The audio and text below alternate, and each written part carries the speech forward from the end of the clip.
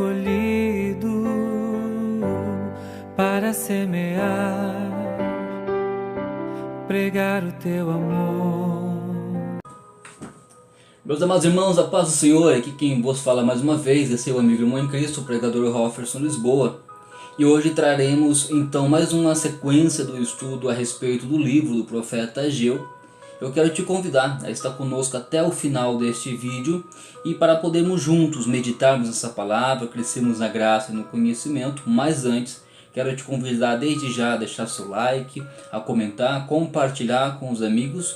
E se você ainda não é inscrito, se inscreva neste momento no nosso canal para que mais pessoas possam ser abençoadas. Que Deus abençoe e vamos à meditação da palavra de Deus. Olá meus amados, voltamos então a mais uma série aqui do estudo a respeito do livro do profeta Ageu. É importante lembrar que nós tivemos então 3 vídeos anteriores nos ensinando a respeito do profeta, do livro do profeta e da mensagem do profeta. Hoje nós chegamos então à conclusão do livro. Eu quero já te agradecer, você que esteve conosco desde o início, e que Deus derrame das suas bênçãos sobre a sua vida, porque eu tenho certeza que você foi edificado e com isso você cresceu na graça e no conhecimento da parte de Deus. Lemos então através do contexto do profeta Ageu que o povo de Israel então voltara do cativeiro pelo comando de Zorobabel e do sacerdote Josué, e eles tiveram então a responsabilidade e a honra de reconstruir o templo, a casa do Senhor em Jerusalém. Eles disseram muito bem, iniciaram fazendo aquilo que Deus os mandara fazer, mas porém, devido a algumas complicações, adversidades, eles acabaram abandonando a obra, tendo que deixar a obra para depois, a obra um pouco de lado. E quando isso acontece, o povo passa a se esquecer de se voltar para Deus e fazer a obra de Deus e lutar para fazer a obra de Deus. Eles passam por uma dificuldade, no qual vem uma grande seca, onde vem uma grande fome naquela região, e eles perceberam então que eles estavam plantando muito, porém estavam colhendo pouco. Neste tempo, após 16 anos, esse tempo de negligência, sem fazer a obra de Deus, sem fazer aquilo que Deus colocou em suas mãos, Deus levanta o profeta Ageu para profetizar sobre esse povo, e é interessante as reflexões que Ageu nos traz. Na sua primeira mensagem, então, nós temos Ageu, ele exortando o povo por causa da inércia e convocando o povo a reedificar o templo, a voltar a fazer aquilo que Deus colocou eles para estar fazendo. E Ageu então prega para eles, e de fato eles se voltam a fazer a obra de Deus, voltam à reconstrução do templo. Porém, chega um certo tempo onde eles estão construindo já, voltam à construção, e eles contemplam a estrutura já praticamente montada do templo e se lembram do templo passado, o templo de Salomão, de todo o seu esplendor, de toda a sua glória, aquele grande monumento que era, e muitos se entristecem porque percebem que aquele templo ele era muito inferior do que o primeiro templo. Porém, o Senhor os encoraja através do profeta Ageu e diz que a glória deste templo que eles estavam construindo será maior do que a glória do primeiro, do que o templo de Salomão. E quando o Senhor diz isso através do profeta Ageu, se referia ao fato de, naquele templo, alguns anos após sendo modificado, restaurado, através de Herodes, o Messias, o próprio Deus encarnado, entraria naquele lugar, e isso faria com que a glória do segundo templo fosse maior do que o primeiro. No versículo 7, nós já podemos ver ali então que ele diz que o desejado das nações, e o desejado das nações é justamente o nosso Senhor Jesus, e ele se fez presente naquele tempo. Podemos acompanhar também, na sua terceira mensagem, que o povo, apesar de estar voltando, fazendo a obra de Deus, eles continuam passando por um tempo de dificuldade, a sua colheita ainda é pouco, e isso fez com que muitos, talvez, quem sabe, desanimaram e perguntaram ao profeta, indagaram o profeta por que as bênçãos não estavam sendo feitas ainda na vida deles, já que eles voltaram a fazer aquilo que Deus mandara. E Deus então usa o profeta e os alerta, dizendo que foram 16 anos de negligência, 16 anos plantando má semente, 16 anos deixando a obra de Deus de lado. E que neste momento, que era tempo de colheita, eles tinham acabado de colher justamente aquilo que eles tinham plantado antes. Então eles estavam ainda colhendo aquilo que plantou. E quando você planta sementes ruins, você colhe frutos ruins. Mas o Senhor encoraja eles e diz que a partir do momento que eles se voltaram para Deus, o Deus começou a os abençoar mais uma vez. A partir daquele momento que eles se voltaram para Deus a reconstruir o templo, passaram então a plantar boas sementes. E que no tempo certo, no tempo de Deus, eles colheriam então os bons frutos. Nós temos grandes e maravilhosos ensinamentos através do livro do profeta Ageu.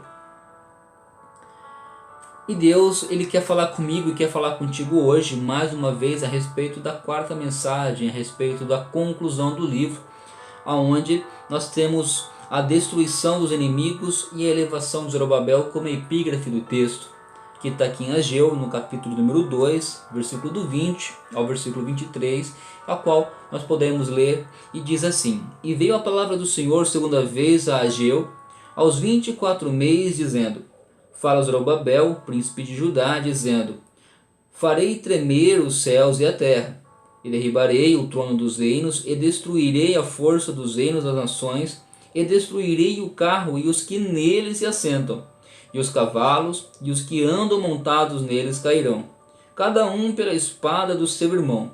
Naquele dia, diz o Senhor dos Exércitos, te tomarei, ó Zorobabel, filho de Saltiel, servo meu, diz o Senhor, e te farei como um anel de selar, porque te escolhi, diz o Senhor dos Exércitos.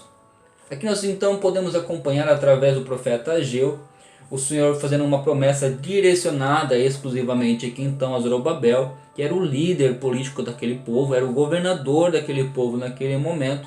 E é uma promessa que nós temos, de certa forma, uma participação.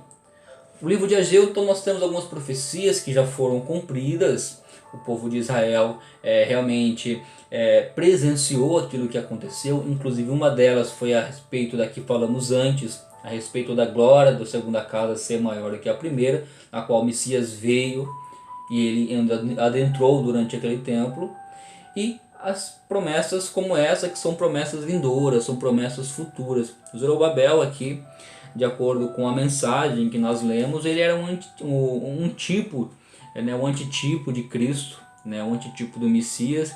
E através de Zorobabel, Deus faz uma promessa, não apenas ao seu servo, mas também ao povo em si, que é reforçando então a respeito da promessa que havia feito de que Israel seria reinado então através da descendência de Davi.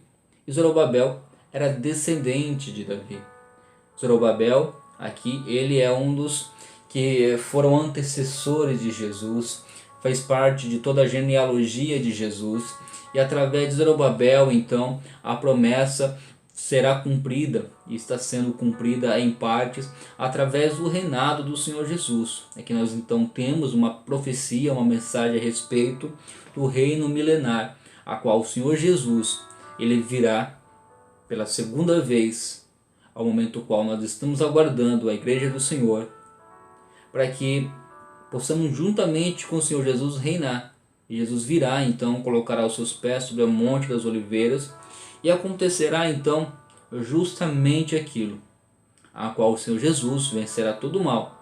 Israel então será honrada, será cumprido então a profecia, a qual nós temos aqui, aonde naquele dia, diz o Senhor dos Exércitos, tomarei a Zorobabel, filho de Saltiel, servo meu, diz o Senhor, e te farei com um anel de selar, que te escolhi, diz o Senhor dos Exércitos.